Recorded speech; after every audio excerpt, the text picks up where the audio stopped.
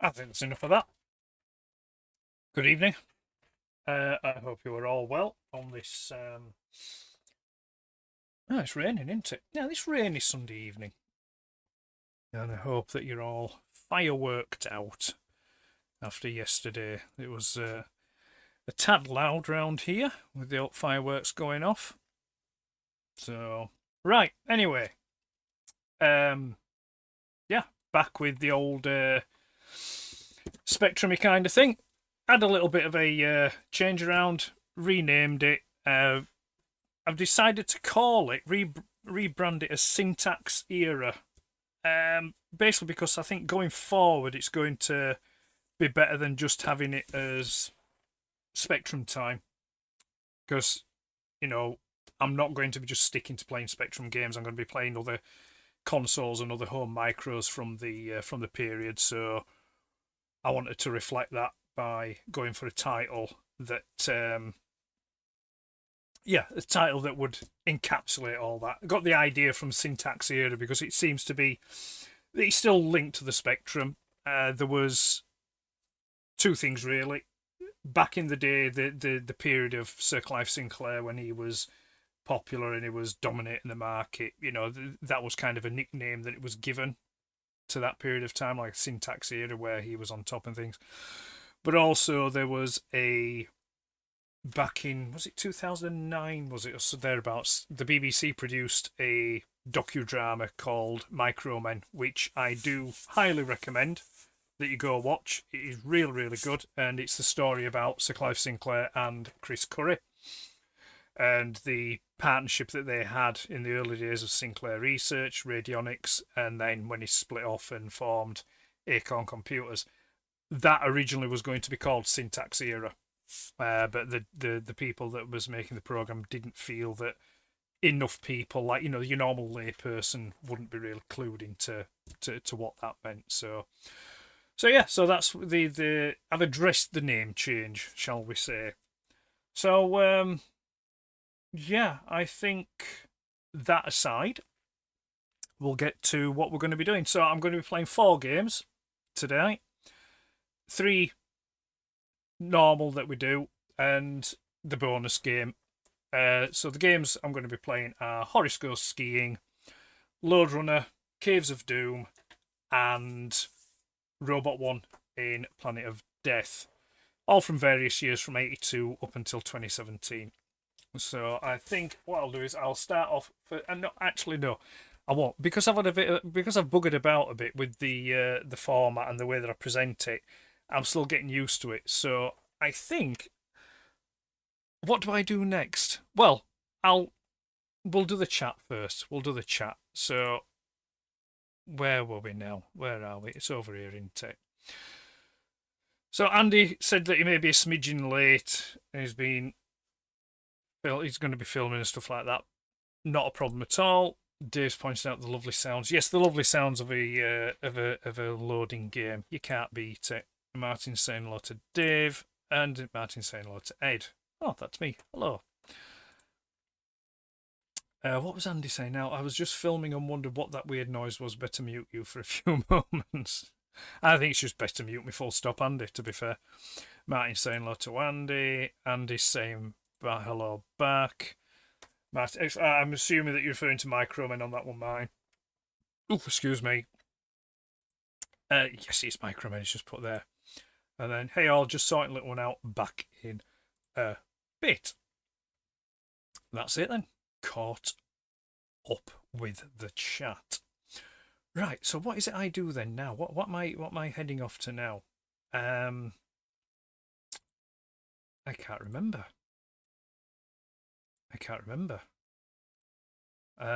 Oh yes, that's it. So let's get to the game, shall we? There we go. So I know it kind of looks the same, but it's a bit different. I've got a bit of a different background and got a bit of different kind of branding thing going up on the thing. And then there's a big red square that's taken up a large portion of the screen. I wonder what that could be for.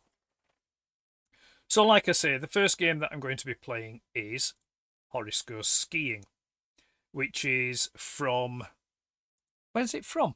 I should know all this off by heart. I do, but I'm going to consult my notes anyway, just in case I forget something. So, Horace Goes Skiing is from 1982, and it was released by Sinclair well, it was a joint release venture, really. It was made, originally coded and created by an Australian gentleman called William Tang, who worked for Melbourne House, Australia.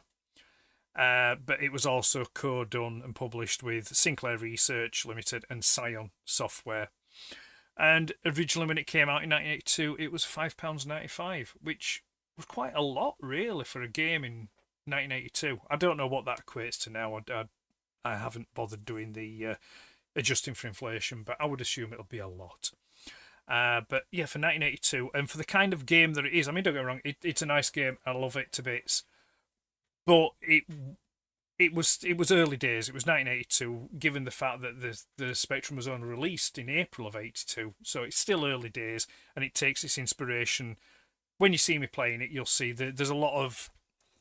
It's two games in one, really. You've got kind of a Frogger style inspired portion of the game, which we know was the Konami game, which was popular in the arcades at the time. And then the second part of the game is more of it's a bit like skiing. It's a skiing game, very similar to the one that's by Activision that was done for the Atari 2600 or VCS, whatever you want to call it. Horace Goes Skiing was the first game that I played. Was it the first game, or was it one of the first games? I think it was either one or the first or one of the first games that I played on the Spectrum. When I got mine back in the day, and yeah, so yeah, that was that, and then it would resurface again in '85 when Quicksilver, who was also another games publisher, they released it on their compilation that they did called Soft Aid, which was to support Live Aid. I don't know how popular that did or how well that did. I believe it did okay. If it had thought on, I could have got the cassette box to show you, but I'll do that another time. So 82, there was no Crash magazine back then. So the magazine that did review it was a magazine called ZX Computing, and it was issue 7 of June of 83, and they gave the game an overall of 4.5 out of 5. So pretty decent score, really, overall, considering. So that's Horace Goes Skiing. What I will do is, I'll just take a quick look at the chat. Sorry, this is Martin just saying, I think when I got my Spectrum as a kid, it came with this game and some others as a set. Yes, it will have done. If you've got a set of games with it, then I kind of suspect that you got yours in 1984. That's my thinking, Martin. I could be wrong, but I'm pretty sure if it was a 6-pack of games. Tell you what, if you don't mind, I will show you what it is that you would have got. We'll go back onto the main cam. Here we go. I'll go get it. I'll show you. I'm pretty sure this is what you got when you got it.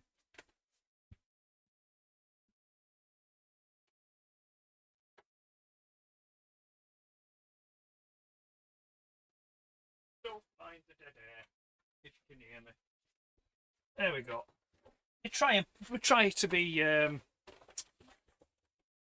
ready for all eventualities, but some things you just can't prepare for. That one. I suspect that's the one that you got with your Spectrum, Martin. And this came packaged with the Sinclair Spectrum when it was released, in 1984. This 6-pack was packaged with the rubber keyed 48K Spectrum initially to try and get it to sort of like try and bump up sales a bit before the Spectrum Plus was released a bit later on in 1984. A version of this did come with the Spectrum Plus, different selection of games. I think it came with TazWord, which was like a word processor. But this is the yep. What's that what Martin's saying? Yeah, I think so, Ed. Yep, that's the one. Yeah, I thought it would be. Like I said, there were 2 versions of this that came with different variations of games, but to my knowledge, this one was the one that was most popular at the time. This is the one, I picked this one up. I got this in '84. I think I got it from Comet. Was it Comet or Dixon's or something like that? But yeah, it was a good. But like I say, I already had Horace Goes Skiing, and that was, like I say, one of the first games I played. So I shall pop that down there out of the way. While we've got the big camera on, I will just show you around the cassette box for Horace. There we go. There's the game case, the cassette case. I quite like that. It's very, very simple, very colourful. Shows you what you're going to be doing, and I love the Spectrum stripes down the side there and the font and things. Cassette wise, there we go. There's the cassette. This is the black cassette with the silver label. There were other variations. I think there was a white cassette with a white label and a white cassette with a blue label with white or blue writing. But yeah, there was very many variations on the cassette. And then pull out the inlay, and it just gives you the rundown. That's the rundown of other games that are available. And then on the inside of the cover, it just tells you a little bit about the game, how to play it, and also the loading instructions and the keys as well. So the keys for this game are QZ and IP. So there we go. That's the cassette. So let's take that off there and let's get into the game, shall we? But first, before we do, I forgot my little intro. Let's do my little intro.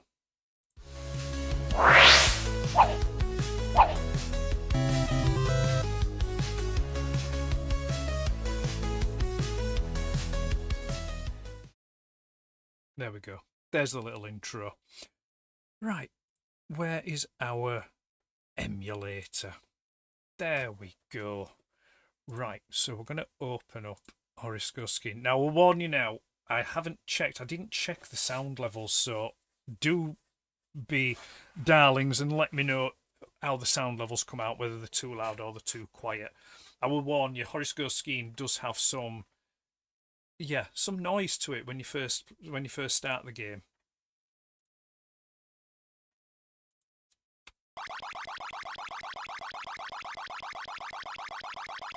There we go.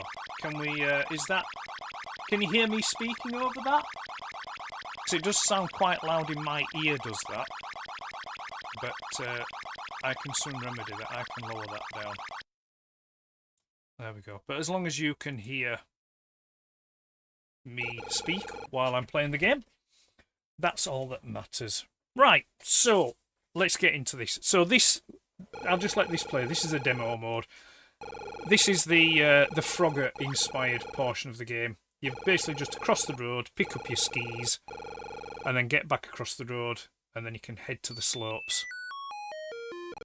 Now, you start off with a little bit of money to buy your skis, but every time you get killed, or run over, should I say, you lose money because you have to pay the ambulance fee. So yeah, there we go.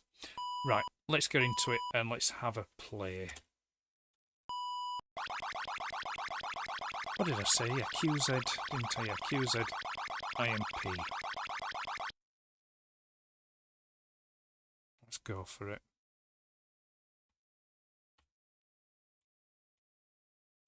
Oh, and I've been run over by the ambulance. That's a bit fortunate, isn't it? Oh, that were close. Right. You may notice on the trucks that are passing by there.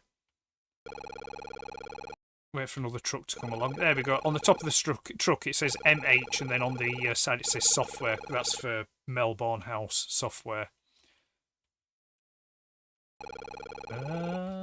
There we go. Right, and now we're off skiing.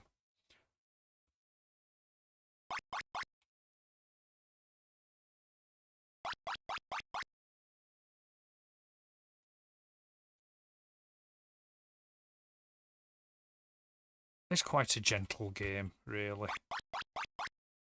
A gentle game for a gentler time, I think.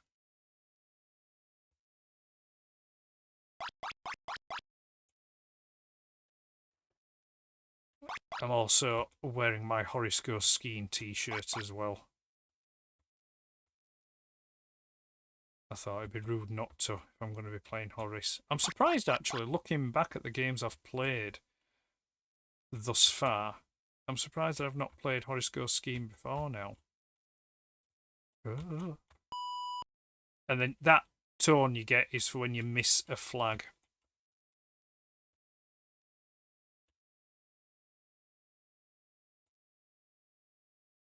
Oh, we're not doing too bad, I don't think. There we go. And that's it. That's pretty much all there is to the game. It sends you back now. You've already got your skis, so you've got to cross the road again to get to the slope. Oh, it's them motorbikes. They're just sort of like, you know, they're just coming on too quick. Like, think once, think twice, think bike. Right. Oh, run over by a motorcycle. And Hell's Angels. I don't remember the traffic being this congested back in the day when I played it. Right, okay, so we're back to the slopes. Let's see how Horace gets on this time. Obviously, to avoid the trees.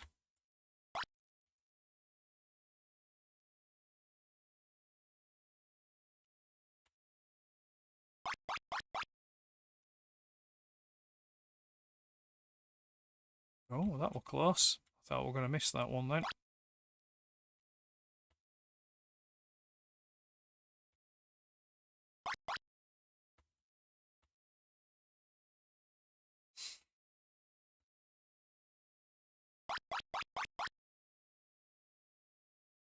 I don't think I'm going to play this game too long, because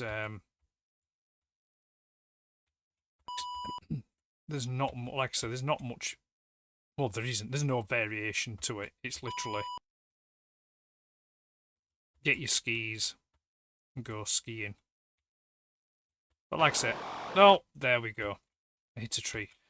But like I said, I mean, it is from 1982. So, you know, it's very, very early in the Spectrum's life.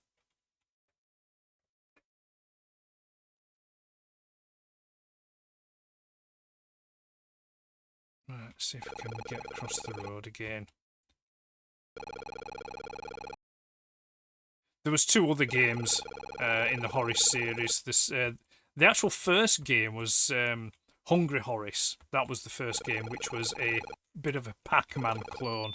I've been run over ambulance again. Yeah, that was the first game.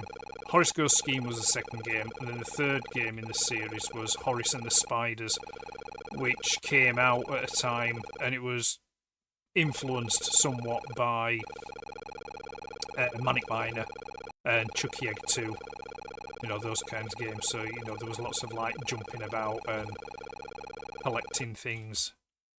Now,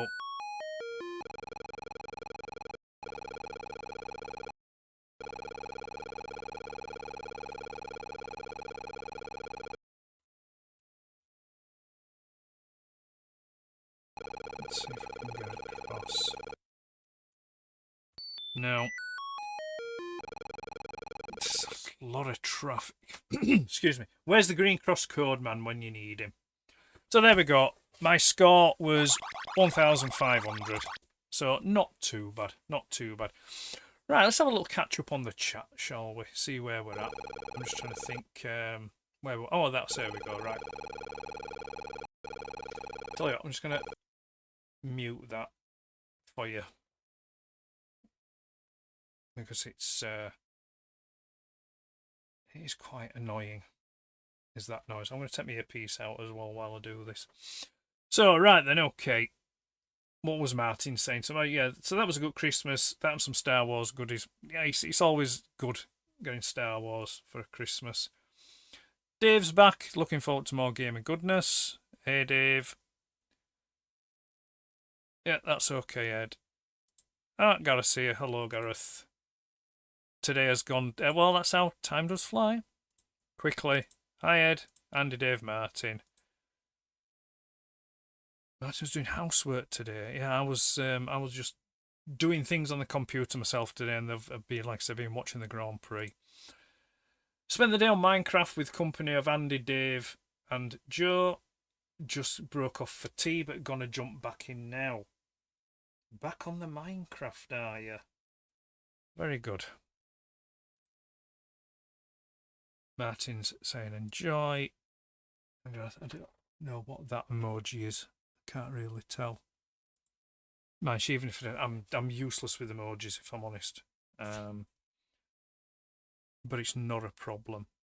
Right, okay. I think what I'm going to do is I'm going to move on from Horace because, like I say, that's really all I can do with the game.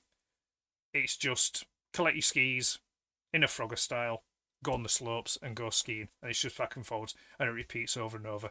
And like I said, it's from 1982, early days of the Spectrum. What are you going to do? So what game can I play now? So what was second on my list? Right, second on my list was, or is, should I say? Tell you what, let's shut that down, because that noise is getting a bit of annoying. I'm going to go back to the head cam. And the second game on the list is Lode Runner. We should get a lot more gaming out of this one. Now, Lode Runner is from 1984, and it's by Software Projects. Well, no, it's not. The original game is the original game is by a company called, let me see if I pronounce that correctly, Broadbund Software USA. So it's a US game. Software Projects got the license to produce it and release it over here. Software Projects, as you may recall, or you may not recall from other videos that I've done, was a company set up by Matthew Smith after he left Bug-Byte and set up on his own with another chap whose name escapes me at this moment in time. And they did Jet Set Willy, etc., things like that. But yes, this is Lode Runner. This came out in 1984 and was priced at £9.95. This is another game that I absolutely love. It's just so simple in its premise, and when I load it up, you'll see how simple it is, but how the repeat play factor on it is great. Now, Crash Magazine did review this, and it was reviewed in issue 12, which was January of 1985, and they gave an overall of 81%. Taking the tape out, there we go. Lovely blue tape with a white label. Is it gonna... Come on. Focus, will you? Focus. There we go.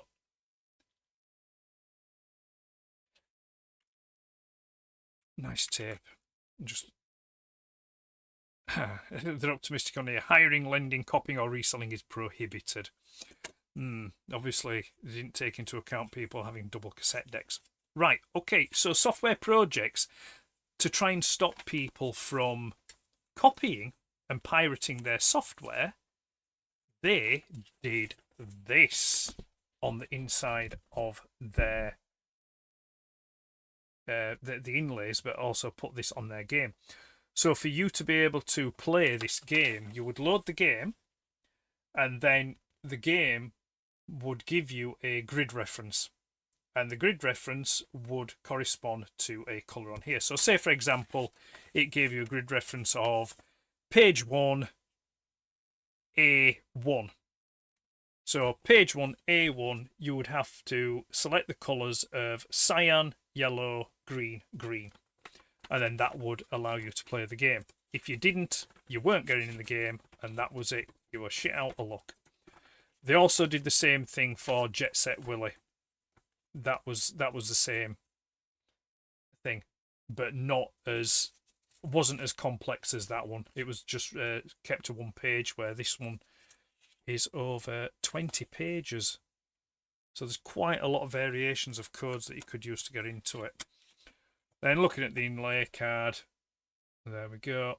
Nice bit of artwork on the front, and then we've got an advertisement there for Hunchback Olympics and Astro Nut, and then you've got a game screen, which I think is not from the Spectrum version.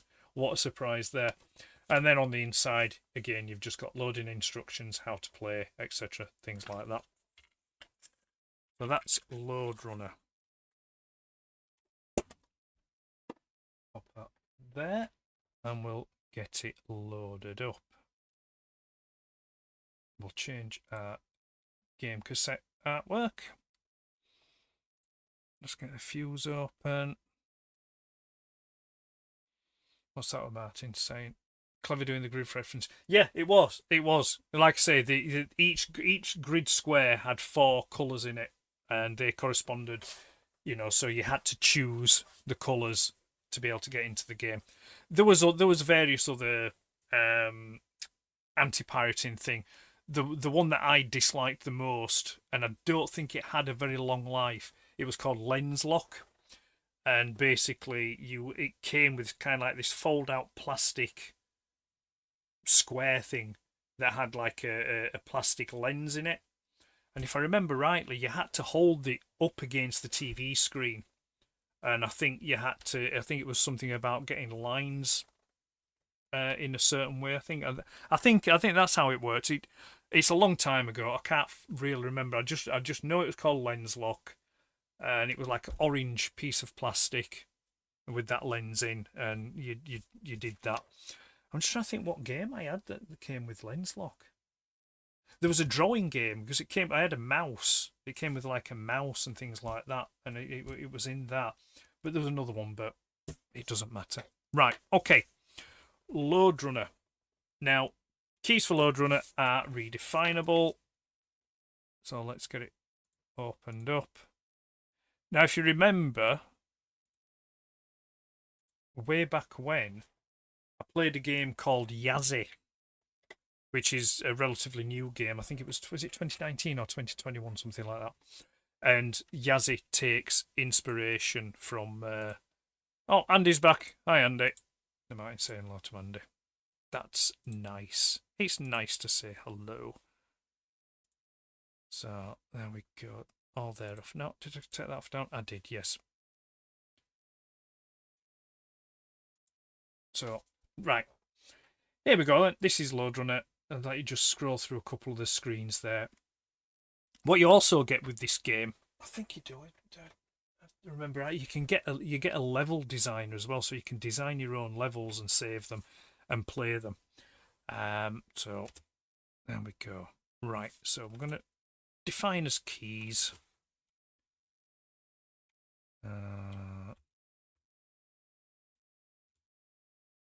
Those are okay. Yes, I'm happy with those. And yep, there it is. Option 8 is your edit screen. So you can edit your screens and create your own levels. And we're going to start. So the object of the game is to steal the gold, which are those yellow squares, and escape the level before these... It's not fallen for it. Right, that's it. I'm gone straight away.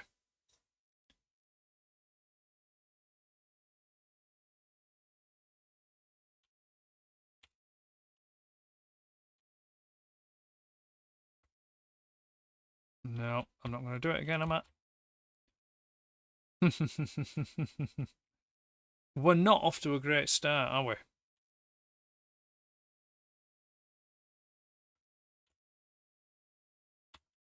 Oh, I left it too late. Disappointed, yeah.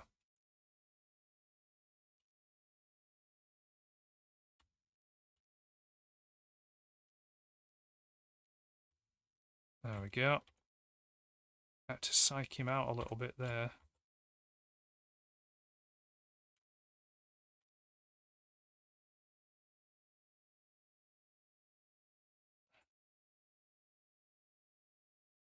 Come on.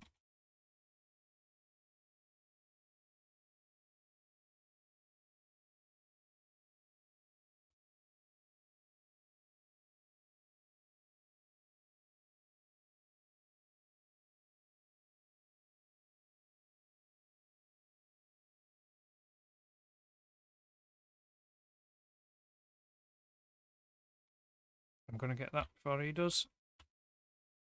No, I'm going to get... Oh, that was lucky. So when you do a hole in the floor, it traps the guys that are trying to get after you. But it also means you can also drop through the holes as well.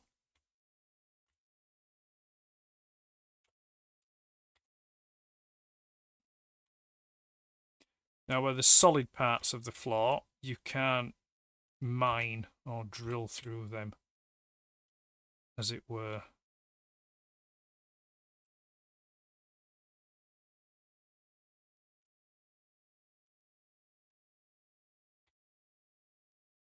No. This is a bit more difficult than I remember.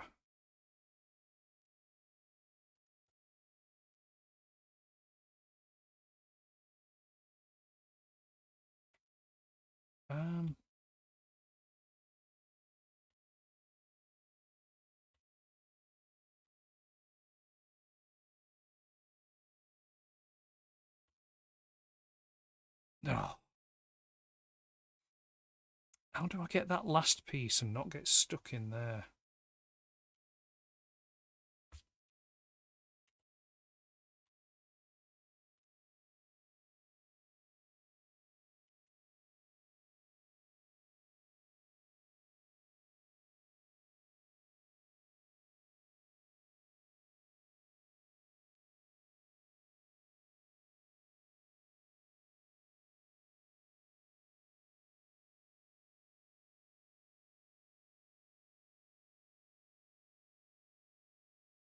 Oh, he got me. I've got one life left. Now, this was a game. I didn't have this game as a kid. One of the lads that I lived on the street where I grew up... Oh, you idiot. Yeah, one of the lads that on the street that I grew up, he did have it. So when we used to go around and play...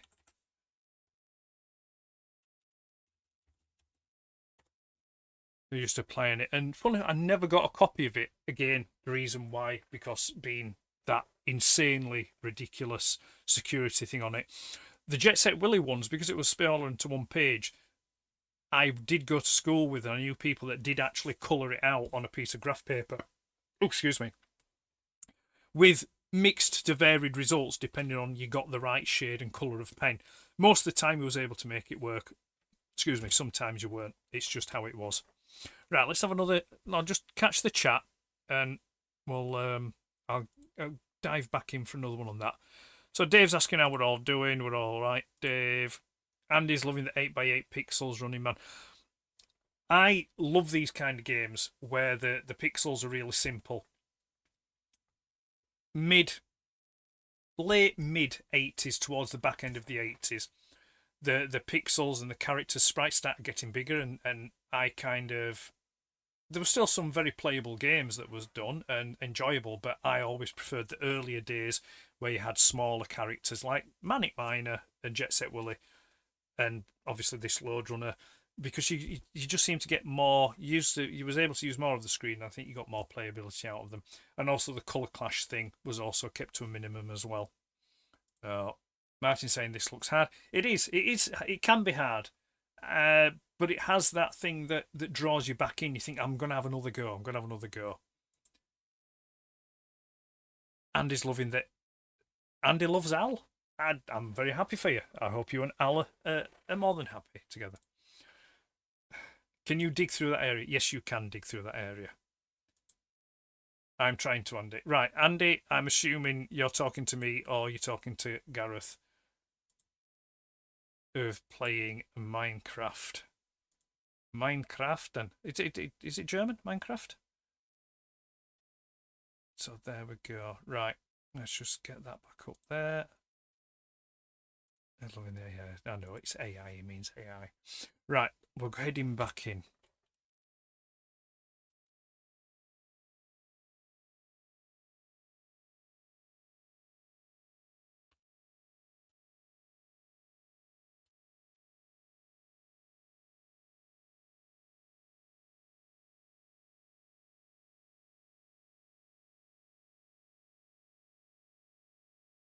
No messing about this time.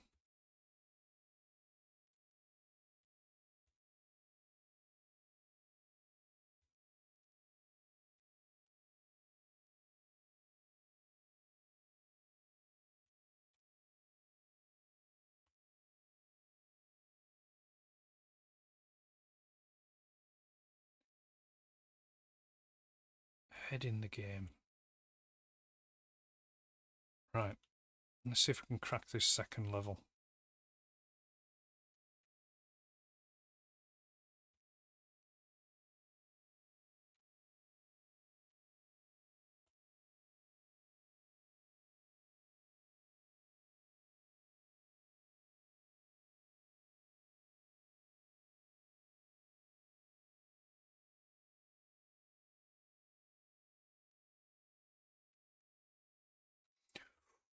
That was close.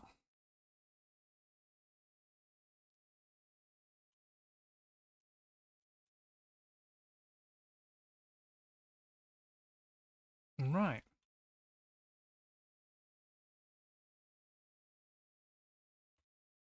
Okay.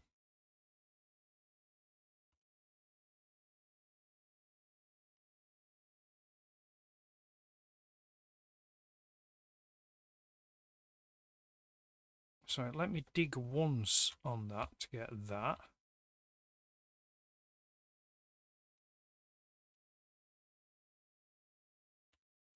Oh, jump straight into his arms.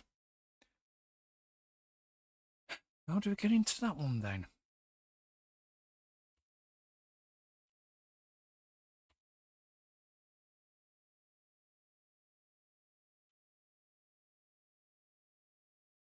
Oh, that was lucky.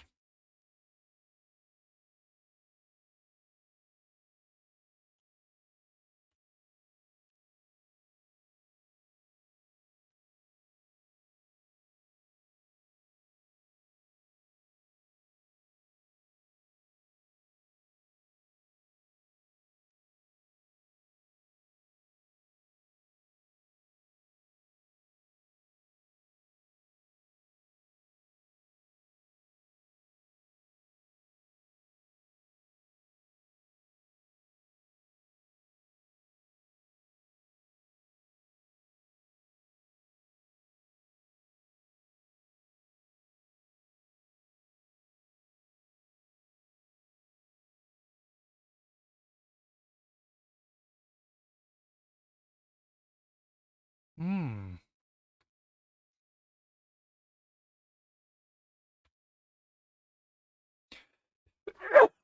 Excuse me.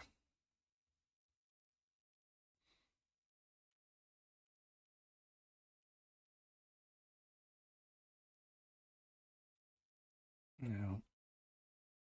Stuck on that one, I'm afraid.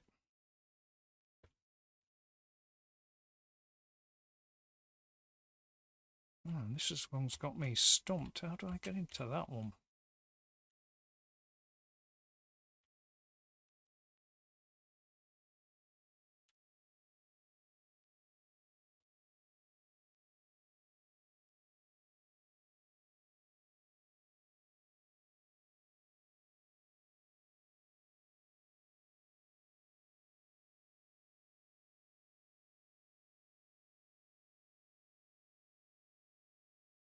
Oh,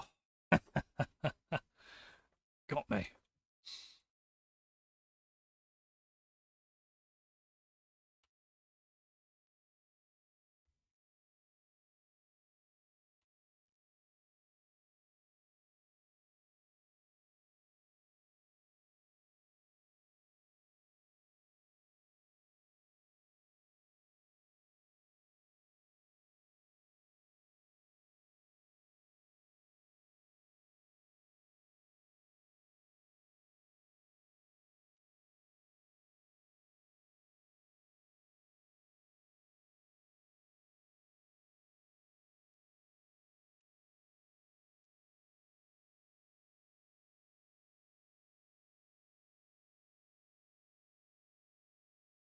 I'm going in again because I want to know how to get that second level done. Just realised I didn't put the the volume on for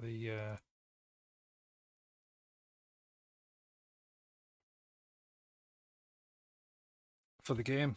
So you'd have been there assuming that it was a completely and utterly silent game, and it's not. There's little bleeps as you pick up the pieces of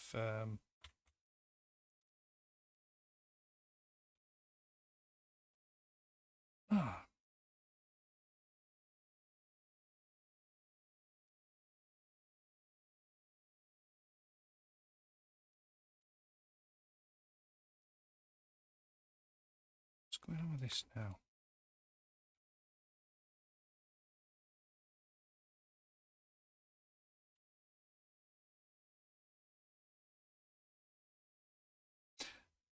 I'm not doing very well at this game, am I?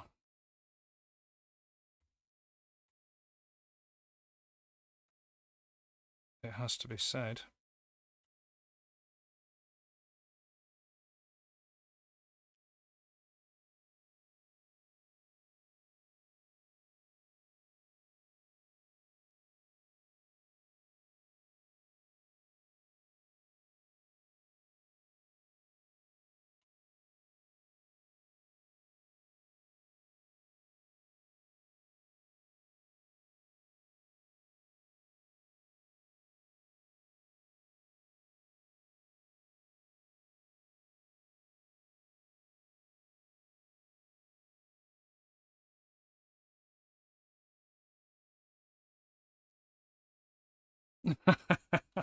Kind of got myself backed into a bit of a corner there.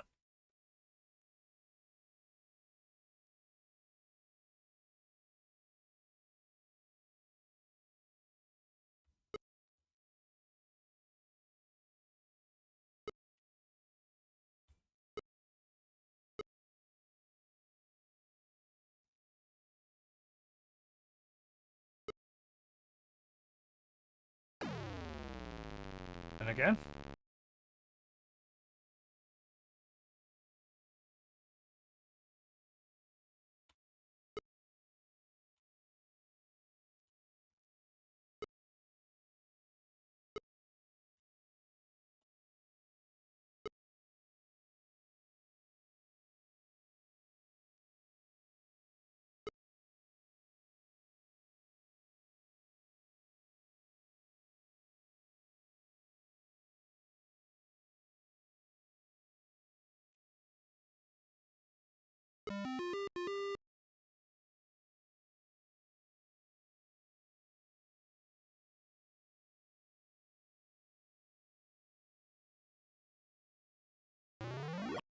Right.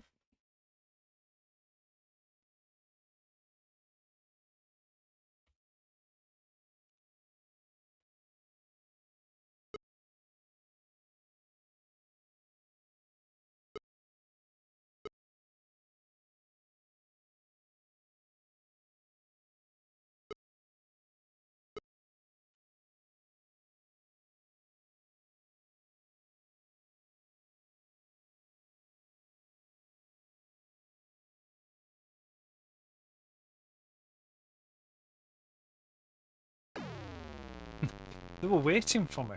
How rude. How very, very rude of them.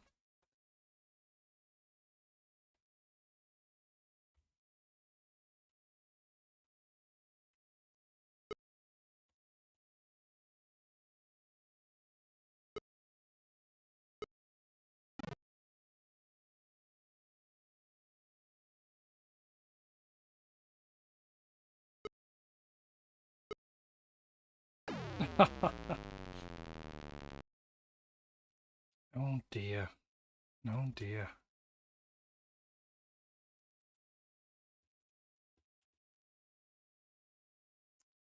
What I am going to do is, if you'll excuse me, I'm just going to have a look.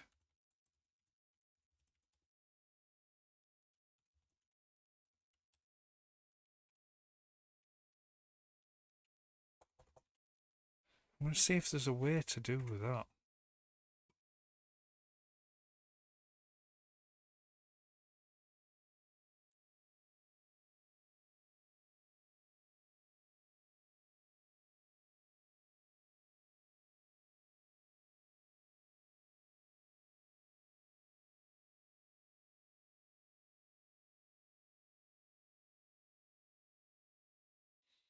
Hmm.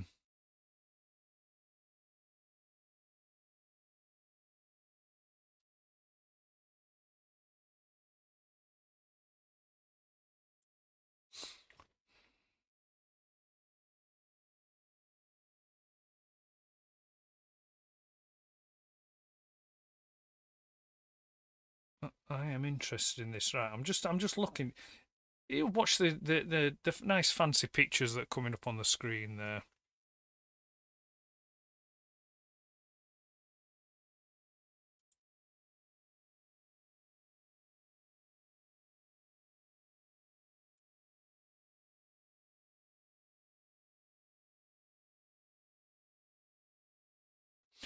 I want to see if I can find where. There we go.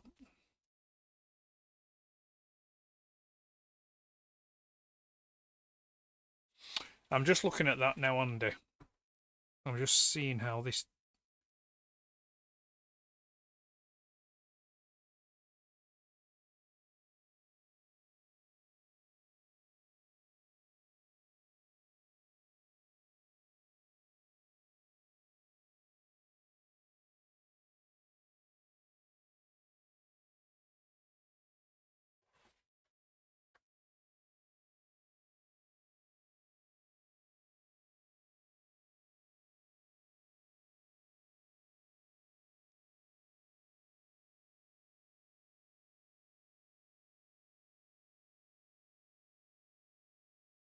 Right, got it, got it, got it. I know what I'm doing now. Okay, so Andy's laughing. You do excuse me, thank you. Could you go into the enclosed area first at all? Right, so what you have to do is, from what I've just read there, you have to dig 2 holes side by side, then drop down, then you can drop the other one. Sorry, dig the other one. That's how. That's the theory behind it anyway. So let's give that a go, shall we?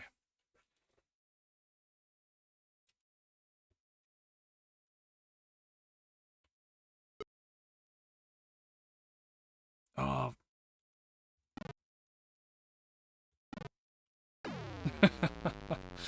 we're not off to a great start. How embarrassing.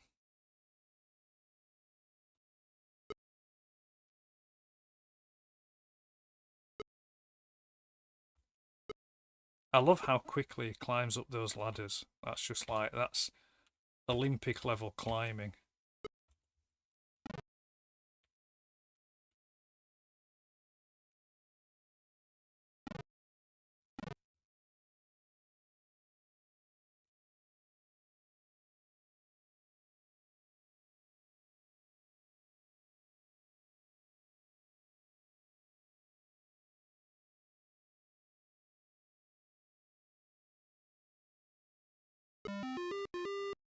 And I love that he can fall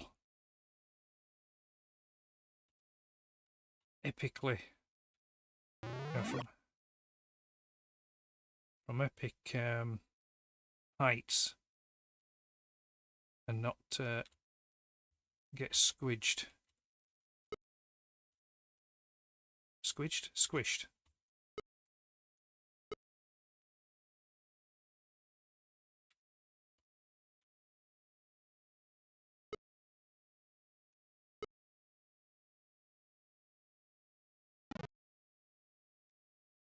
Oh, well, no way out of that one.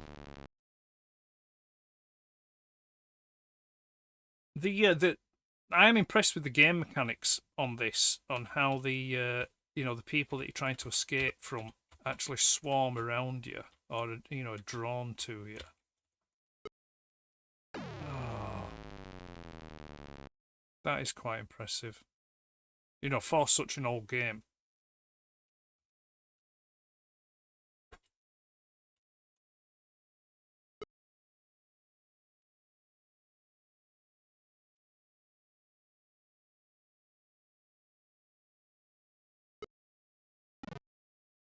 I didn't.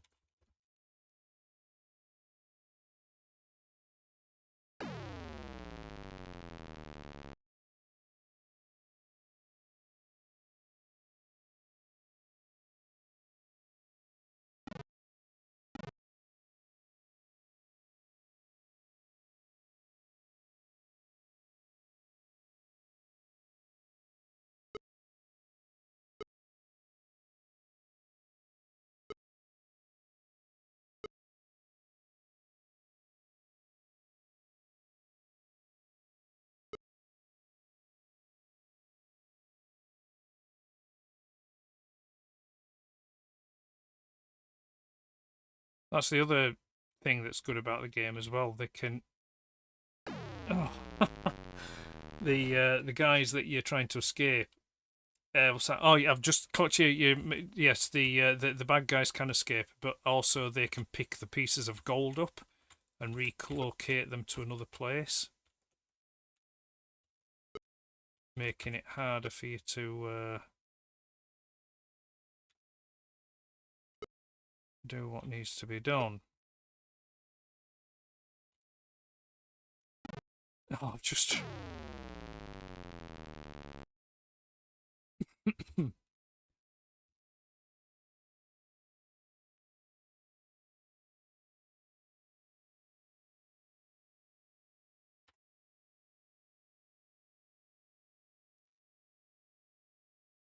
I'm in this, and I'm not going to be happy until I get past level 2.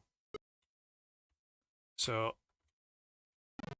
put the kettle on, and for a long ride here.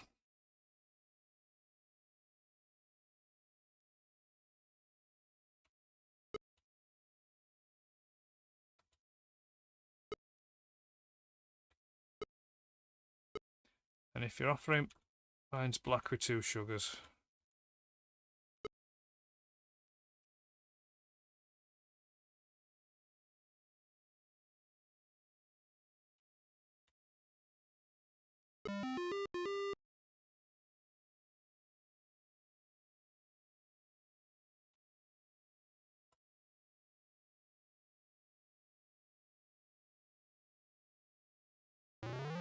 Right, okay.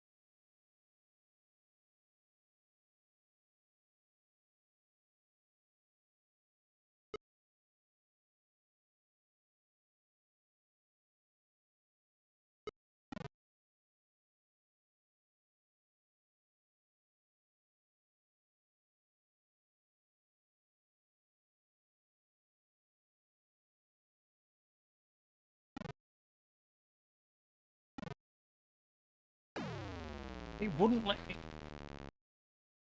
I think that's because the one of the bad guys fell into the gap. I bet that's why it wouldn't let me do it.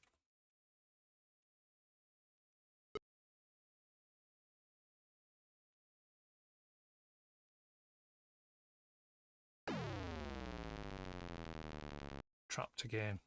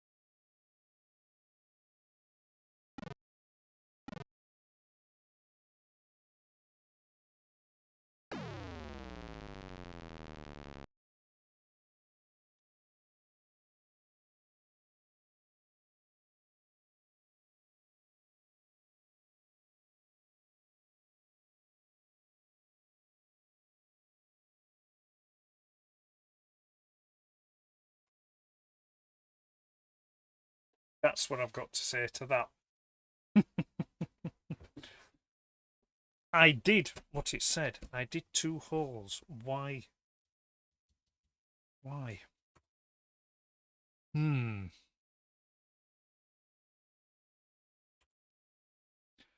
back in for one more go.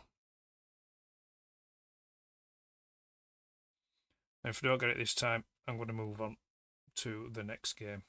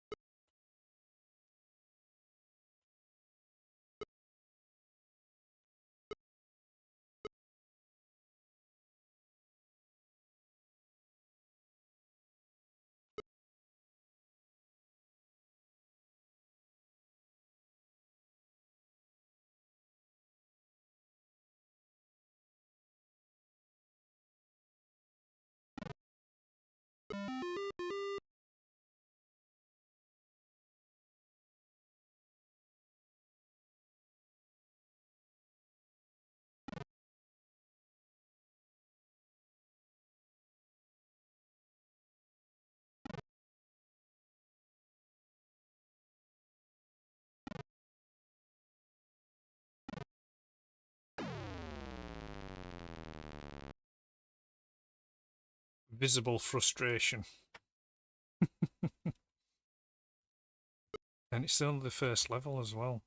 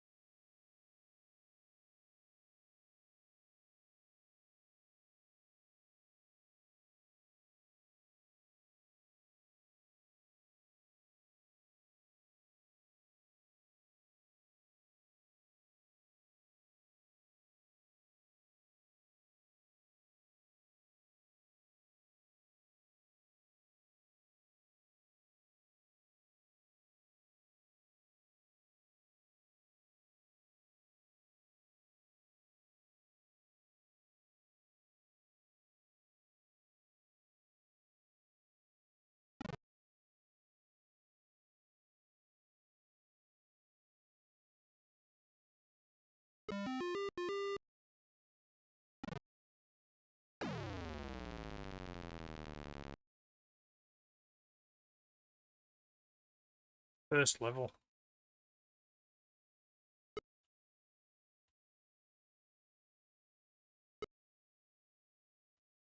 And being mocked. Those lilac characters. That's like it's magenta, isn't it? Openly mocking me.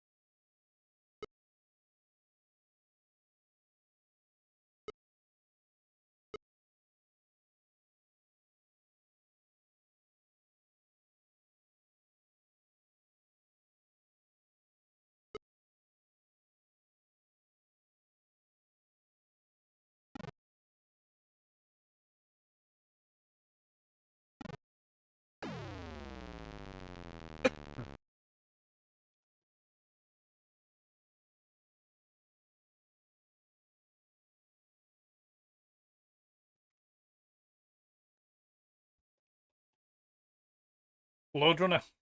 That's all I'm going to say. I'm going to move on to the next game now. I'm very disappointed in that one. Well, no, I'm not disappointed. The game is fantastic. I love the game. I'm just disappointed with my performance of that game this evening. Moving on. The third game that I've got for this evening is called Caves of Doom. There we go.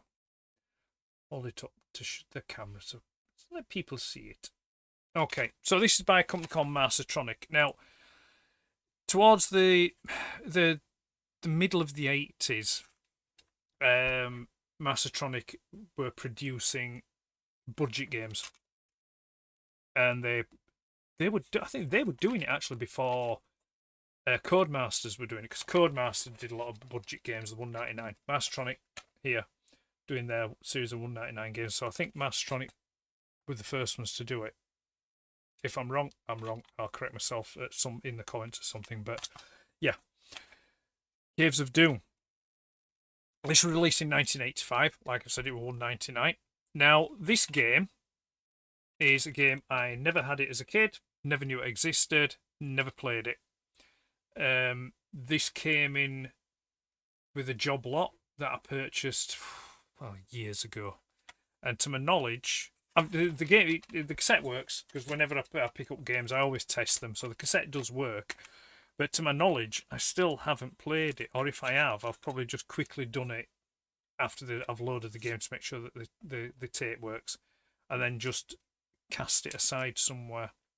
So there we go, cassette, nice white, crispy white cassette there with the black label, and I can see what's written on the back of the tape here. You might not be able to see that, but somebody has put some sellotape over the nub there so they can record on this cassette. And it would appear, if we look on the spine of the cassette,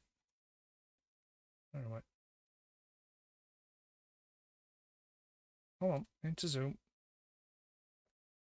focus. It's not going to do it, is it?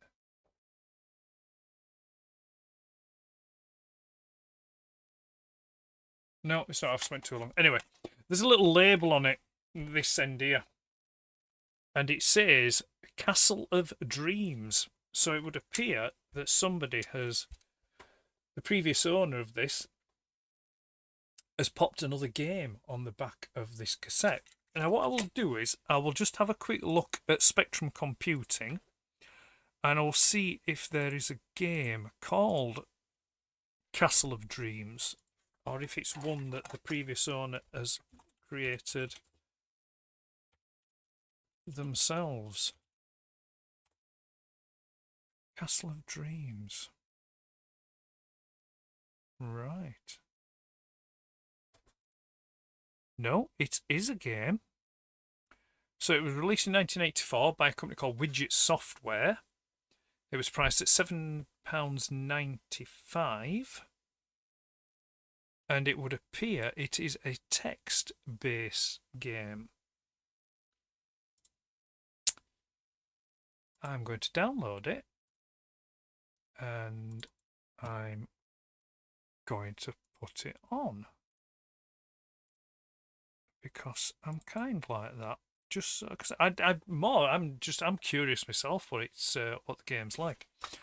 Before I do though, I'll finish off showing you around this game. So like, so yeah, that's the cassette, and then the inlay. We've got some rather nice artwork there on the front, and then on this, what's this on the inside here? I'll get to that in a second. And then on the inside, it tells you about the aim of the game, loading instructions, and then we've got some screenshots there, which again I'm not holding out, but I'm going to assume that they're from another machine. They don't look particularly like Spectrum screenshots, but there was something that dropped out of this middle bit here, and it's this. It's a written note. So let's see what it says. Castle of Dreams. The game description is on screen after loading. The only other instructions you will need are the movement controls, which are the old Spectrum 48K ones, not the new cursor keys. They are 5, 6, 7 and 8. That is awesome. That is awesome. I love it when I find stuff like this in old games. So whoever's done this back in the day has had the foresight to put this in here. I'm assuming for when a time came when he no longer had the game, or if he lent the game out or whatever. But yeah, it's in there. And I mean, that's pretty impressive. That's very neat. It's a lot neater than my handwriting, is that? It's a shame there's no name. I should very much like to shake this man's hand. But yeah, I love that. That's great. Obviously, when I first got this game way back when in that job lot, I didn't bother to take the time to look that deep into it. So now I have a copy of this game called Castle of Dreams. Shall we take a look at that one first? I think we should. I'll just put the box art up for Caves of Doom in a preparation, but we're not going to play that. We're going to play. There we go. I will catch up with the chat though first before we go. So Martin was saying hello to Mark. And he's saying, "Oh, they get free." Yes, they do. Yeah, Lode Runner. Yeah, they're able to save themselves. The enemy intelligence is nasty. Yeah, it is. But it makes it a worthwhile game to play. And then Martin just pointed out it's a bit of a mystery. It is indeed. Right, what's this game saying to me? So, Klingsaw the evil magician has hidden a casket full of evil. If the casket is ever opened, all evil will escape into the world. You must find this casket and take it far away, safe from his power. You will also need to find the magician's staff to be able to leave the castle. Please enter your name. I could put my own name, couldn't I? Should I have to go for a comedy name? Should I go for a comedy name? No, I'll just put mine. There we go. Enter. Welcome, Ed. How do you want to play? Press 1 for hard. Press 2 for harder. I'm gonna go for hard. Right, here we go. I like that. That's a very nice screen, is that? I like that. There are exits to the north and east. You are above a large courtyard. There are directions to find the secret. There are directions to find the secret. What do you want to do? North, south, east, west, P or H? What's P and H? Oh, I'm going to press P.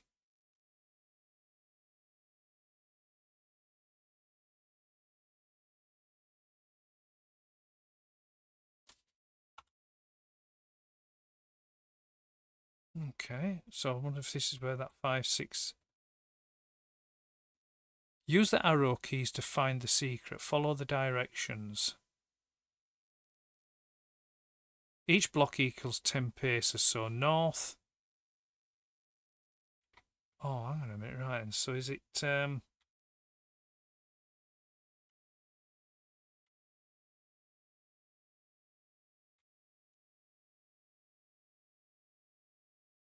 No, no.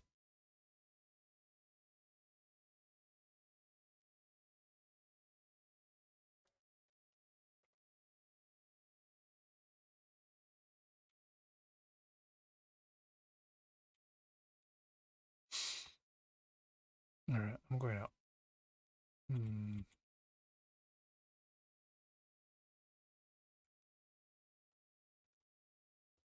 How do we escape this? How do we get out of this room? Okay, I'm reloading that because I don't think I want to do that. I instantly regret pressing P. It'd help if there were instructions, wouldn't it? Right. Let's go with the name.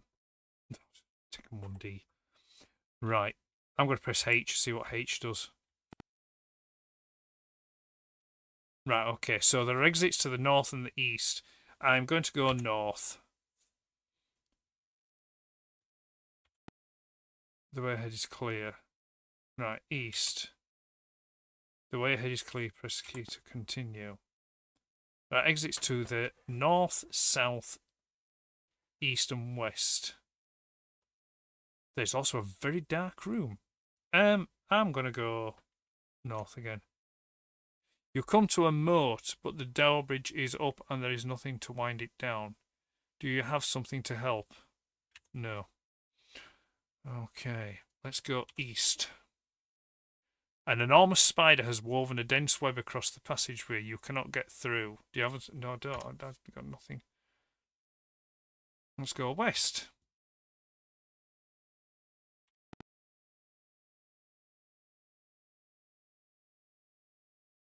Let's go south.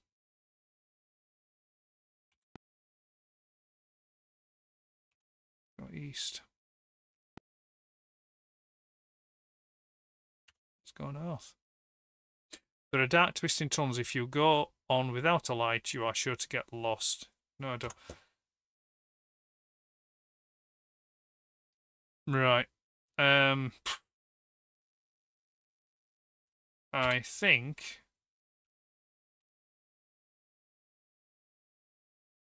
Sorry, you could have got further. You must start again.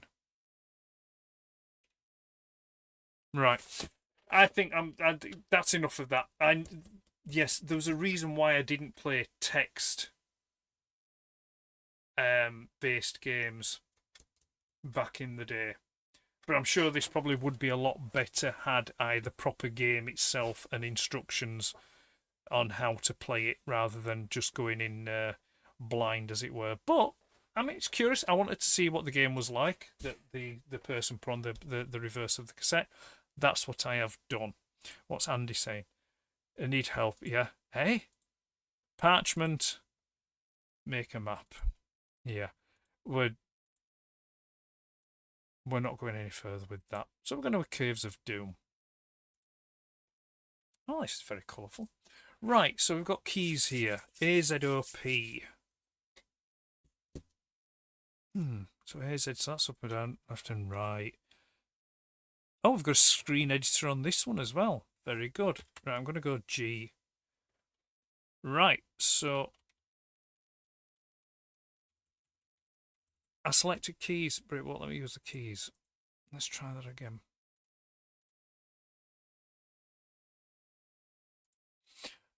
Right. 5 and G. Ah, there we go.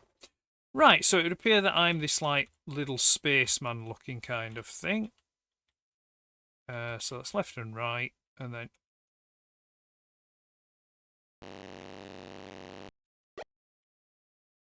right, so we've got a jetpack on, and those purpley things are fuel.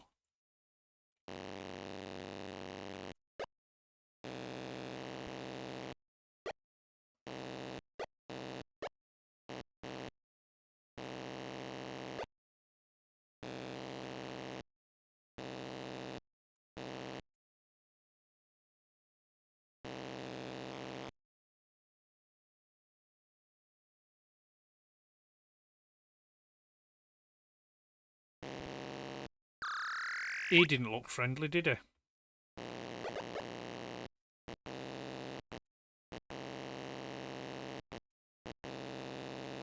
And he can go through walls as well, can't he?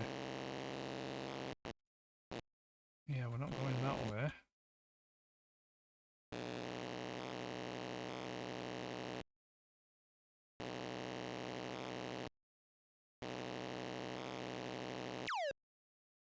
I run out of fuel, didn't I?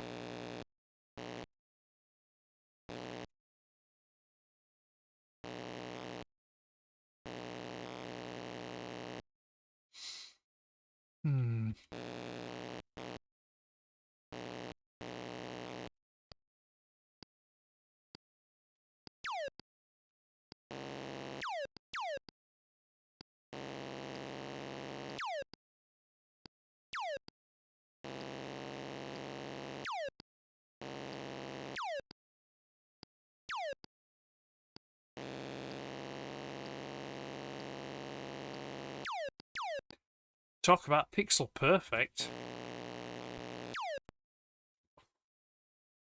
Wow. Yeah. I'm not sure what to think of that one. No, let's go give it another go. Let's go this way this time. Oh, is that, you see, where am I supposed to go on that? Now there's a key down there. There's a key down there. He's he moves, right, he's moving very quick.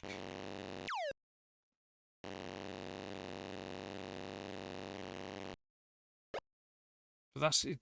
That was a blue key, wasn't it? So I'm assuming whether I like it or not, I'm gonna have to go that way. Oh, knock it off.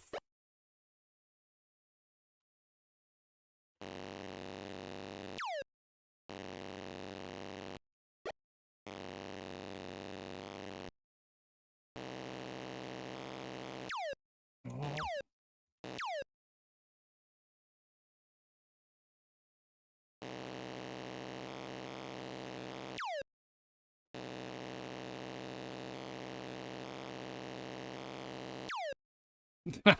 It's just no, I'm not happy with that. That's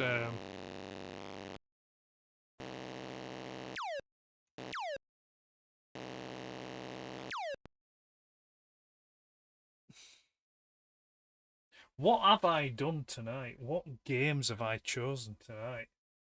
Just nah. Nah, I'm going in again on that one. Well, I think one more time. One more time. No.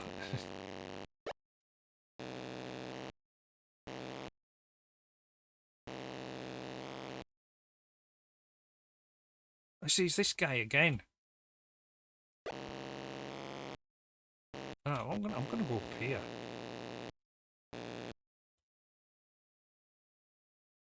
Oh, this is new.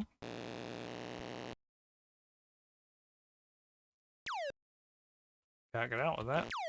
Oh, come on.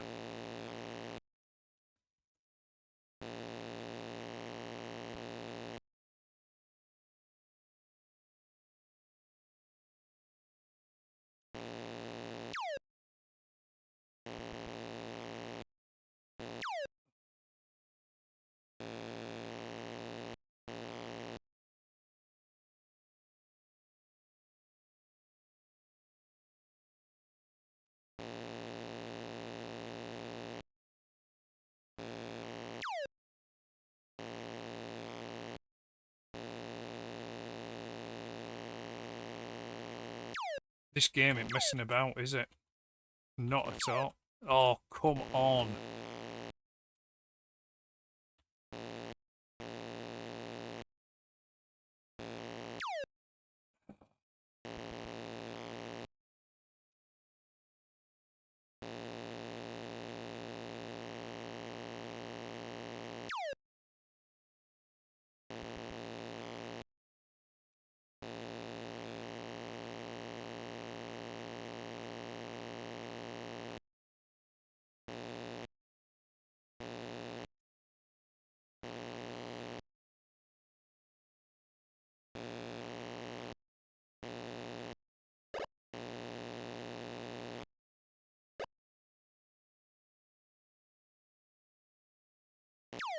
Oh, you... Oh, I got the green key then. I got the green key. That... Yeah, that's not nice. Martin, he moves fast. Not... Yeah, not that way then, yep. Yes, that is... Give it a bit more. Sometimes you get the game, sometimes the game gets you. Oh, this is true, Andy, yes. Is the emulator running faster than the Spectrum? No, it's not. No, that's the actual speed of the game, Andy.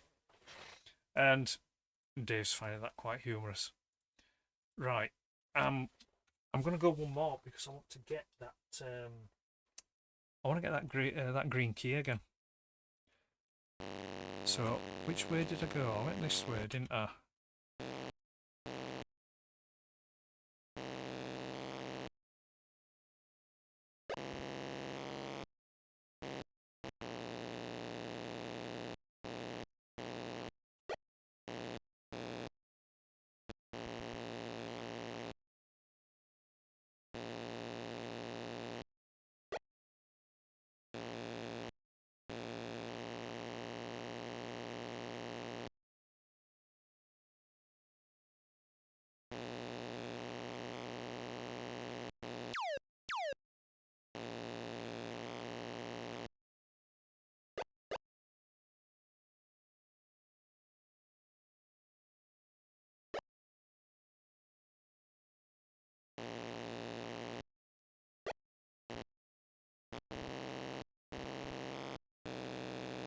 Oh, you're joking!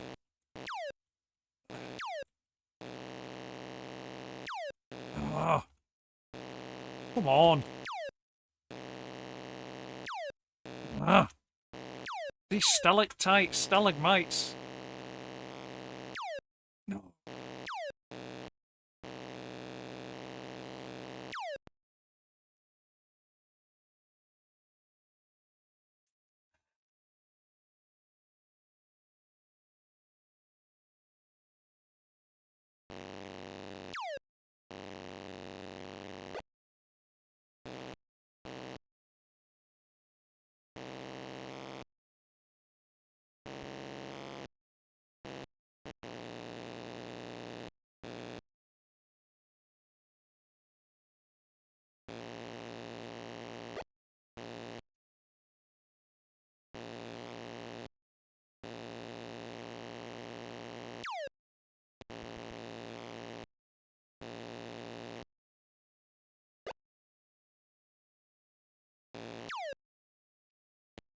That is some pixel perfect. I mean, that's even more horrendous than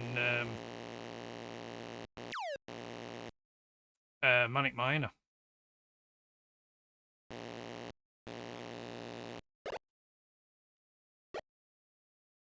Right, where does he go to?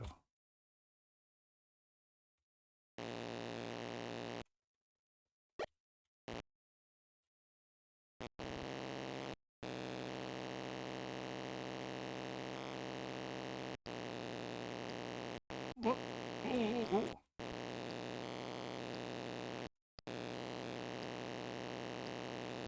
No. Okay.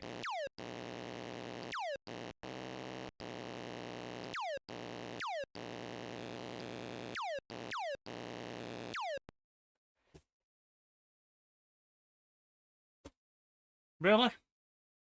Really? That's Caves of Doom by Robert Sansom. Thank you, Robert, for creating a game that's equally interesting and frustrating in both. Yeah. Yeah, exactly. Right, okay, so Dave telling me I'm getting into the groove. I'm very far from it. He jinxed it. Maybe not, no. Yes, we had a laugh on that one, didn't we? And then blink and you miss a level. Not wrong. Not wrong there. Nope, I've already done that. Right, okay. So I'm going to go then now for my final game, which is the... Oh, hang on a minute. I almost forgot.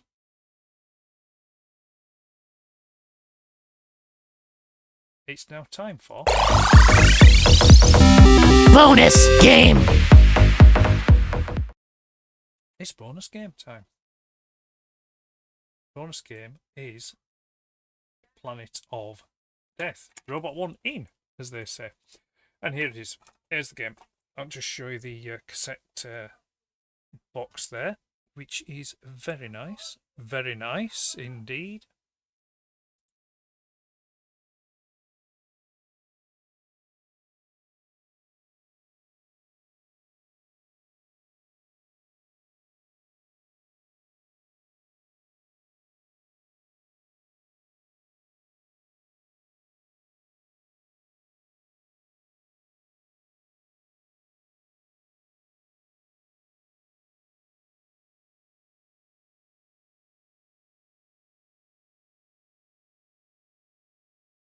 There we go. Sorry, I just had to wait for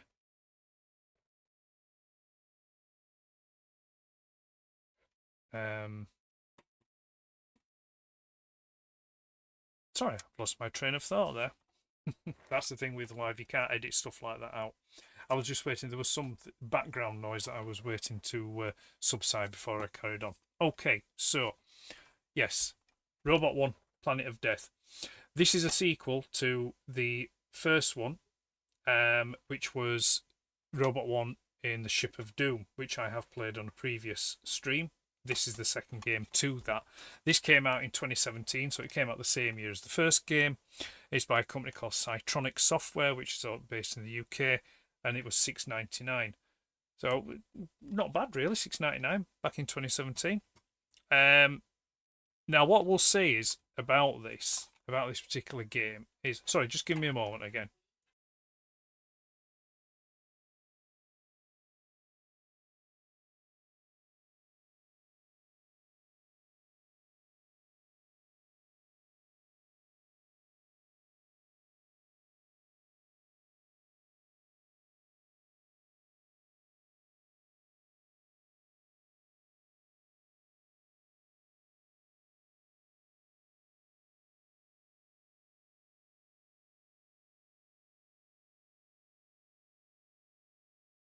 And we're back again. I apologise for that. Where was I? So yes, so there's quite a few games for the Spectrum, like modern ones, that I would say that are probably as good, if not better, than some of the games from back in the day. And this is one of them, and the first game in the series. It's the playability on it is just brilliant. It's just really amazing, and you'll see when I get into it. The Ship of Doom literally took you could complete it in a matter of minutes, a few minutes, you know, where this is much larger, much more expansive, and there's added stuff into, you've got like pickups and collectibles that you've got to get throughout the game, and then you can drop them off or use them to access other parts of the game. So yeah, tougher, longer, but it's still as enjoyable, and it still has that repeat play value to it as well. There's no review for it, you know, because the Crash, I don't think Crash Micro hadn't started up again by the time, you know, this came out well before that. So, but I think it was Indie Retro News, which is a website that does reviews and collates together information for new games that are coming out for not just the Spectrum, you know, the Amstrads, Commodores, things like that. They did give it a good review on there. So, and it was there that I found out about it, and then was able to buy it and pick it up. Sorry, what I will say is I'll just go back again to the previous game that I was playing, The Caves of Doom. That appeared in Crash issue 26, which was March of 1986, and you won't be surprised to know that, excuse me, they gave that a 58%. So it's still just above half, you know, but yeah, it wasn't that great, was it? But anyway, back to Robot 1. Let's go to the chat before I start playing it. Zoiks, yeah, that was loud. Yeah, that was the bonus game thing, wasn't it? Andy thinks he remembers this game. Something, don't think we're getting it this week at work, a bonus. Andy's just noticed my poppy. Oh, thank you very much. Yeah, just there. That's the one there. I'm not wearing my my usual one, but not to worry, it's fine. And he's saying yes, a sequel. That's what it is. It is a sequel. Let's take that off there, and let's. Now I'm going to change my machine. Now I'm going to go 128K on this one, because there's music on this one that we can listen to while I play. There it is. There's the music. Very synthy and ethereal, I think. Is that the right word? I'll just go back because I forgot to show you how it looks. I'll leave that playing in the background, actually. So we open up the case and you've just got a plain white plastic cassette with a white label and red writing. And then the inlay card basically just gives you the instructions, how to play, keys, loading instructions as well. And then we've got the artwork there, and then on the back we've got screenshots. And this was, what's it say on here? This is the 35th anniversary of the ZX Spectrum. We've got there we go. That's that. And the keys we've got on this one then are ZX, P, which is jump, and then O for pick up, K to talk or interact, and then 2 is where we can turn the music on and off. But I don't think I'm going to turn the music off. I think we're just going to keep it on. There we go.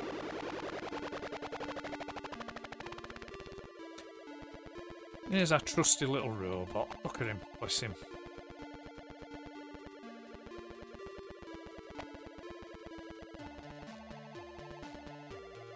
How far down are them bats coming?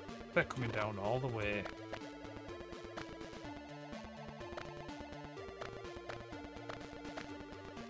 No.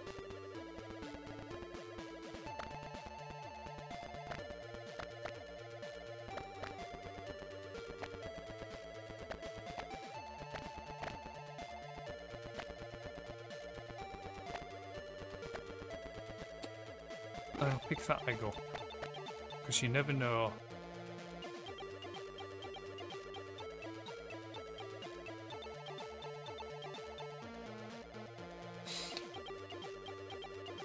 Is that better, Dave? Sorry, I'm just a little bit distracted. Yeah, I know, I've rectified it now. Yeah, sorry, I just got a little bit distracted by earlier on having to mute the stream because the background noise is going off. So apologies for that. But we're back again now. So I'm just jumping up this tree here. So what we got? Oh, we've got a little monkey. What's the monkey saying? Eep, eep, I'm hungry, can you help?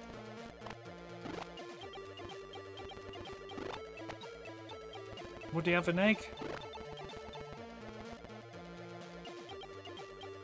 No. He's not having the egg, is he? He don't want the egg.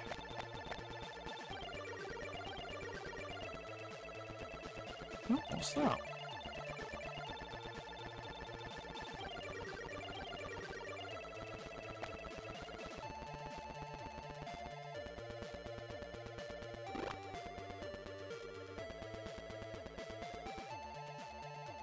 No, he's still hungry. He don't want the egg. He won't want the crate. Okay. So that's not going to... That's not floating his boat. That's a potted plant. I can't see him wanting a potted plant.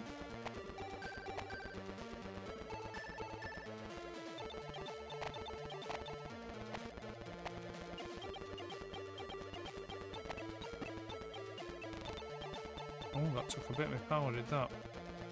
Ah! But...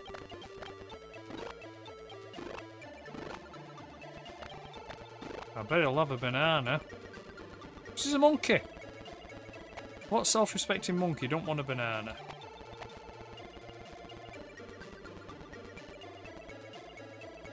They look like the heads from Jack Skellington.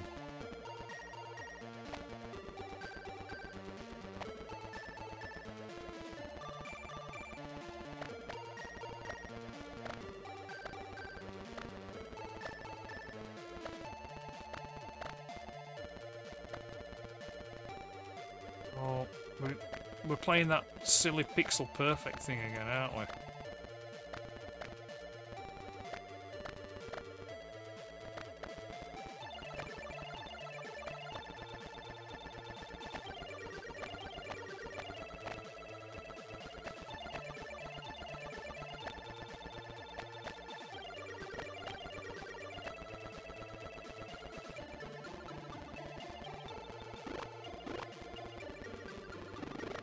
Nom nom nom nom, thanks. Excellent.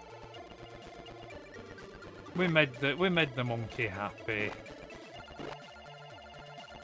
What's people saying in the chat here? Sorted, right, much better. Let's totes lush. I could have a nice evening playing this with Mr. Tumnus. We could take it in turns. The watcher could sip tea. Is the pill food? I don't know. I'm assuming not. Because I don't think there's a way to consume it. No, I don't think there is a way to consume it. I'm assuming that there'll be like power banks somewhere.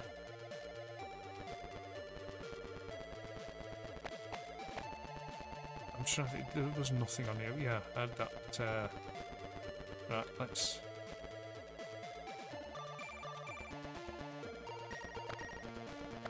Oh no! I think the stars may be power.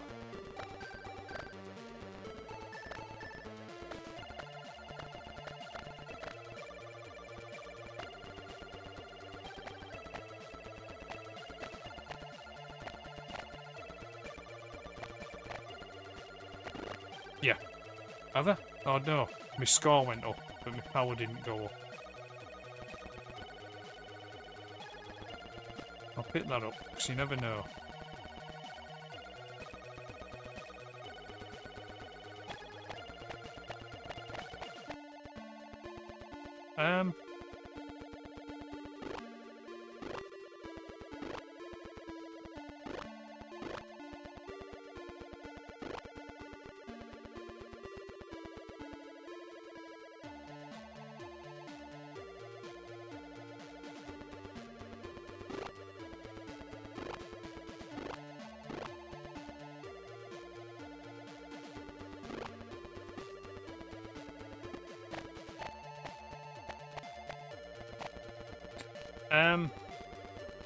I don't know if you can interact with it, Andy. I'll go back. No, you can't.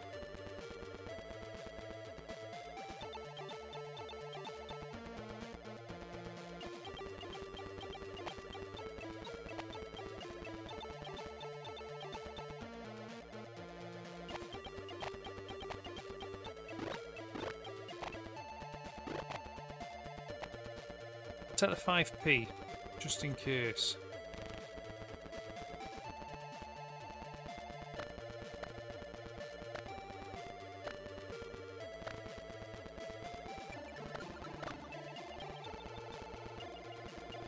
Oh, would you give up with the pixel perfect shenanigans?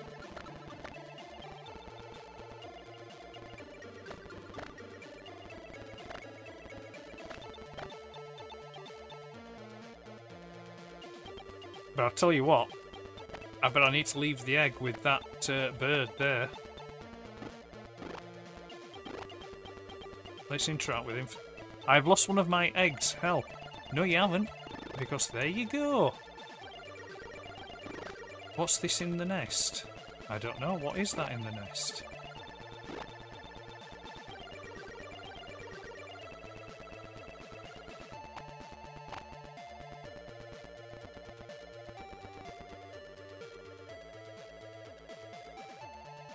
What is that? Do we think that could be something to block a leak with? Do we think?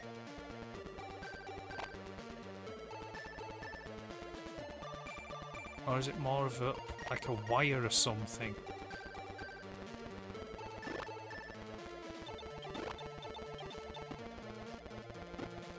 No.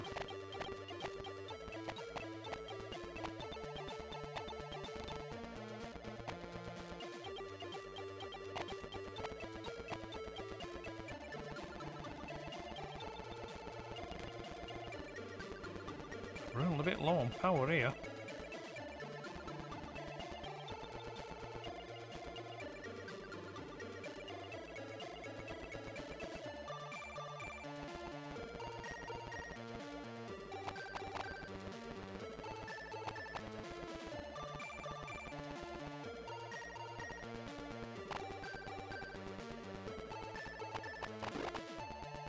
There's a key.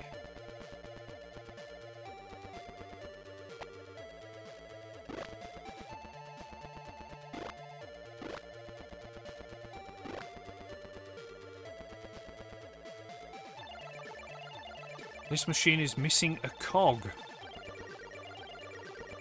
That 5p thing isn't a cog, do we reckon? No, it's not.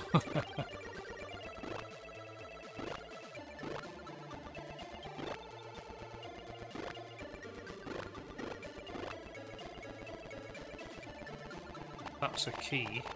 So remember that key.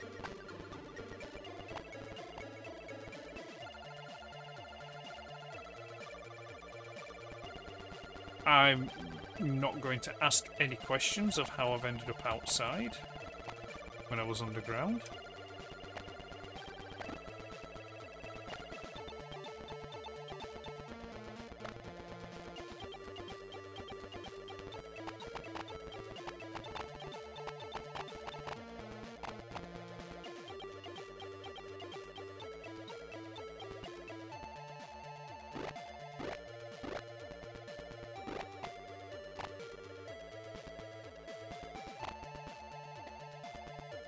What do we reckon goes here? Something.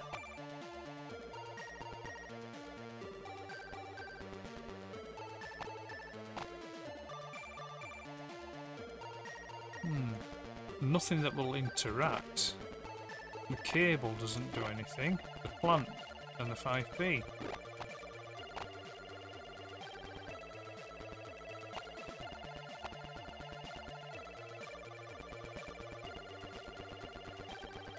Right. No.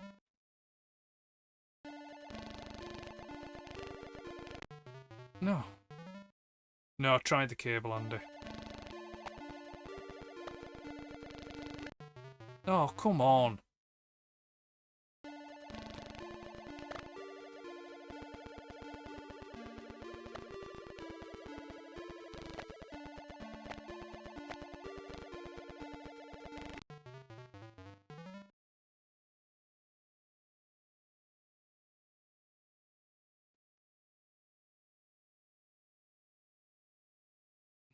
Right, okay. There we go. Let's give that another go. That's a very pleasant game. What time are you on actually first? Right. It's 10 to 10. We've got 10 minutes. So I'm gonna bring this stream to a close at 10 because I want to get a cuppa and something to eat, but I also as well want to watch this week's episode of Welcome to Derry, which I've actually been enjoying.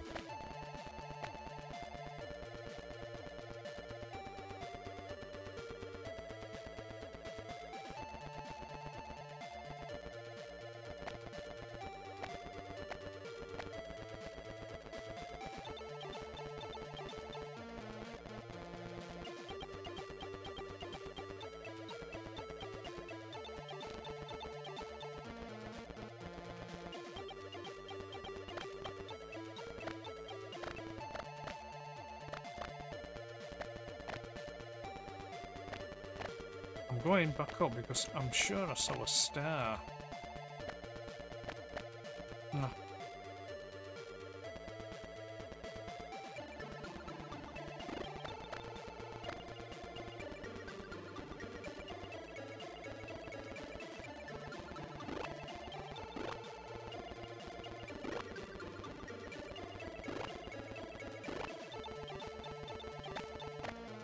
Yeah, we need a banana. I remember that. I'm just wondering. Yes, I'm going to pick that plant up and I'm going to leave it there. I don't think it will do anything, but you never know.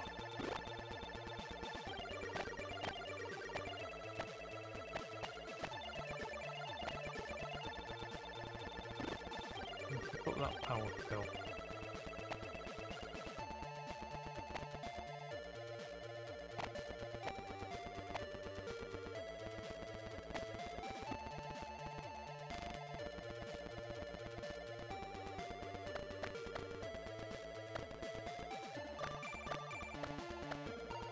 Right, I'm going to get the banana on the way back down because I can drop this egg to the vulture first. Come on, with your pixel perfectness.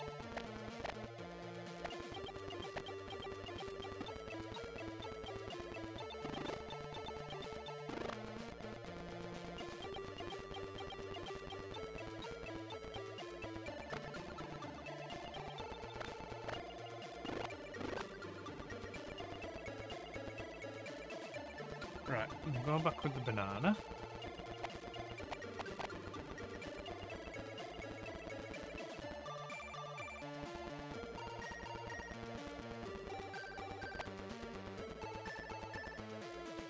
I'm gonna go back down. No, not what's happened with that.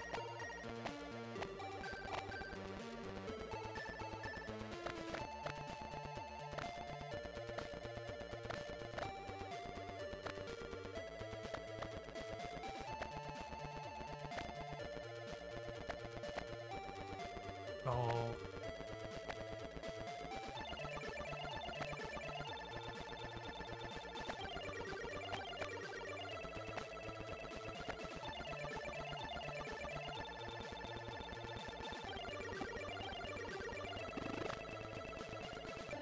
So giving the banana to the monkey, it just suddenly makes him evaporate.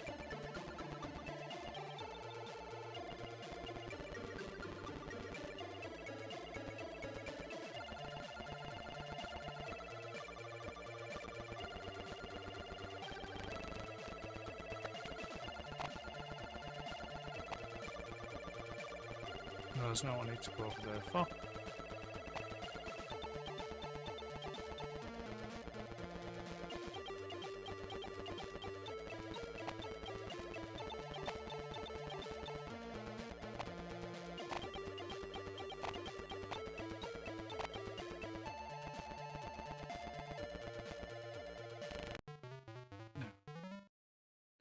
That's my own fault.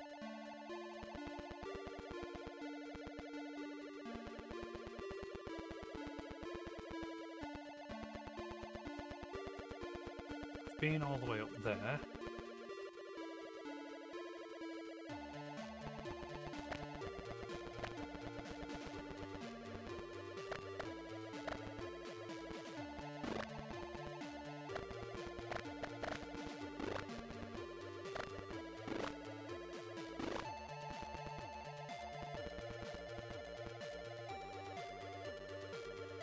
Need to find a way across.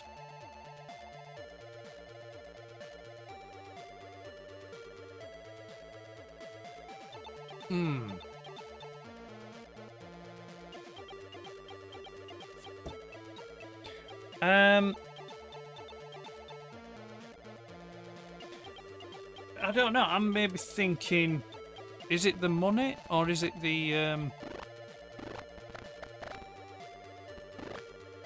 No.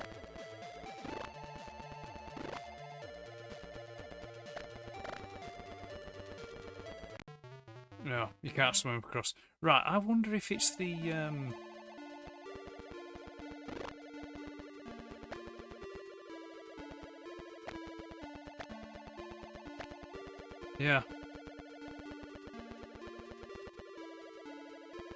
That's what I was thinking on it, as he goes the wooden crate. And drop the wooden crate and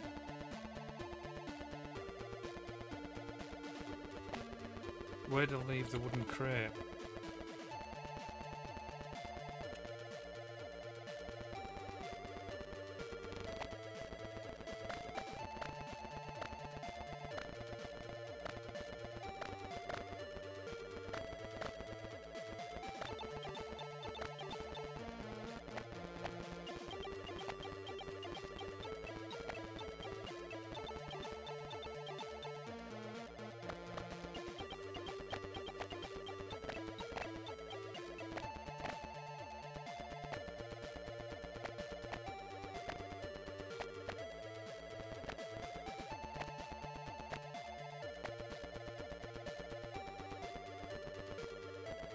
Where did it leave the wooden crate?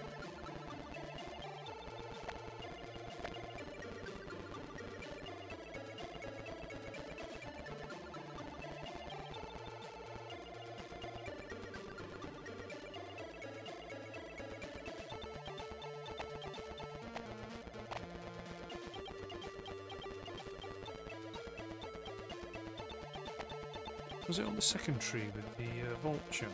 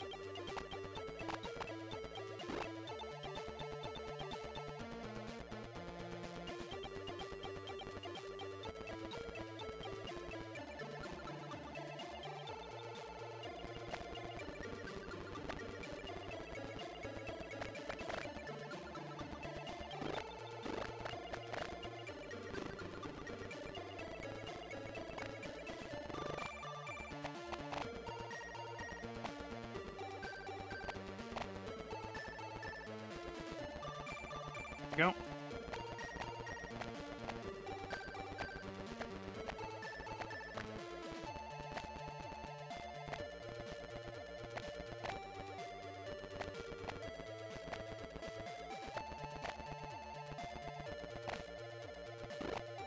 Now what's that?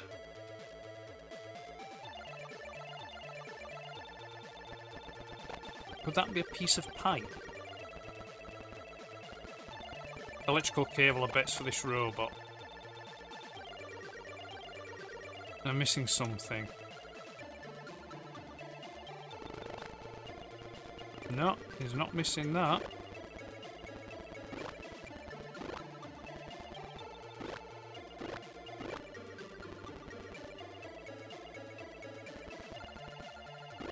No, he's not missing the spring. So what's he missing?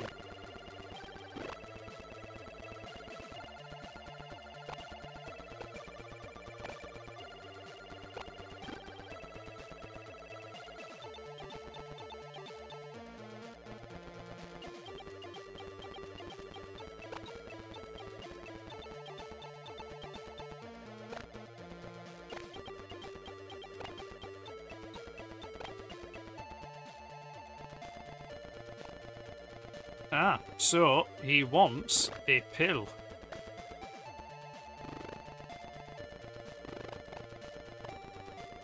There we go.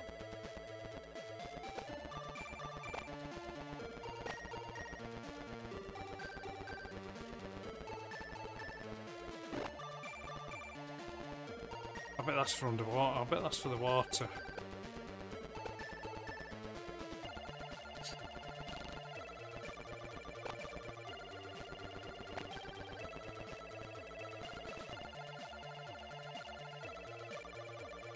That's the key.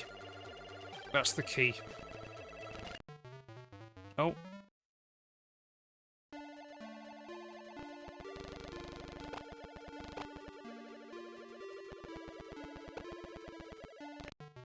Oh. Careless. Careless. Right. Okay. Not to worry. Well, that brings us quite nicely to, because it is now 10 o'clock, and that brings us to the close of it. So,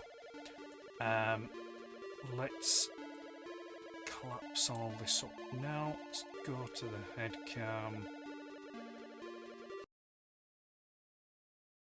and shut that down. So, there we go. That's it. That has been Syntax Era for this Sunday night. I hope you've enjoyed those 3 games. I apologise, I got a bit distracted at some point there during the stream. But yeah, Horace Goes Skiing, Lode Runner, Caves of Doom, Planet Day. So what conclusions can we draw? Horace Goes Skiing, very nice game, very early doors for the Spectrum, 1982. So very simple in its gameplay and its look, but still enjoyable nonetheless. Lode Runner, very enjoyable. Magenta guys are absolute bastards and they won't let you do the game, and you need to figure out how to dig a double hole. Caves of Doom is just very, very quick, very speedy, and no idea what I'm doing. Although I did like the little thing, the other game on the reverse side, and that little note from the previous owner. That was a nice touch. I did like that. And then Planet of Death, the bonus game, immensely, very, very nice game. Love it. It needs a bit more time dedicating to that.